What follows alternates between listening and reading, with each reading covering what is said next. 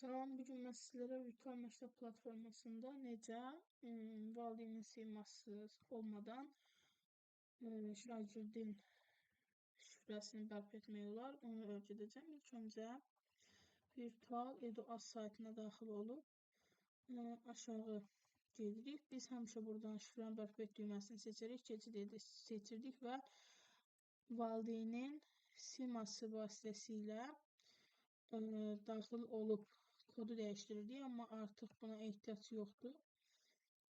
Çünki bu cür formada aşağı keçdikdə burada müəllimlər üçün qeydiyyat bölməsi var ki, müəllimlər üçün qeydiyyat bölməsinin altında şifrəni bərpa et düyməsi olur. Bunu vurduqdan sonra şagirdin UTS kodu, fin kodu və doğum tarixi yazılır. Bəli, şifrəni bərpa et düyməsini vurduqdan sonra belə bir xana açılır ki, burada siz şagirdin şəxsiyyət vəsiqəsinin UTS kodunu, fin kodunu və doğum tarixini qeyd edib. Daha sonra burada təhlükəsizlik kodunu yazırıq.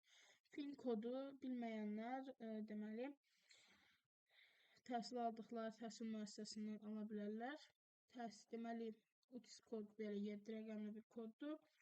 Fin kod isə həm rəqəmlərdən, həm də hərflərdən oluşan 7 rəqəmli bir koddur və burada öz doğum tarixinizi yazırsınız.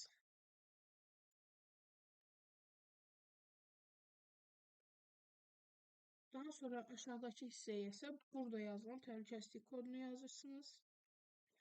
Daha sonra davam et düyməsini seçirsiniz.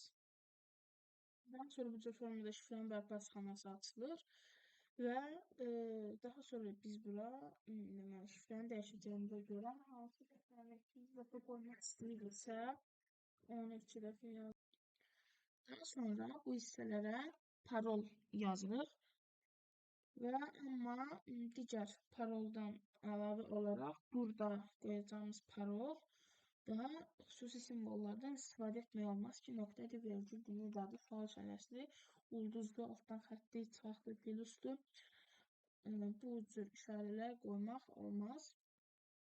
Bu cür formada hər iki bölməyə parolu yazırsınız və daha sonra buradan təsdiq et düyməsini seçirsiniz.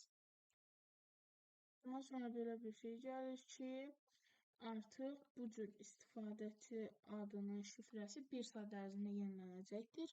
Daha sonra 1 saat gözlədikdən sonra artıq şagirdin şifrəsi artıq aktivləşir və Teams platformasında, yəni virtual məktəbə daxil olarkən artıq bu şagirdin bu əlavə etdiyimiz kodundan Teams platformasına, yəni virtual məktəb platformasına giriş etmək mümkün olacaq.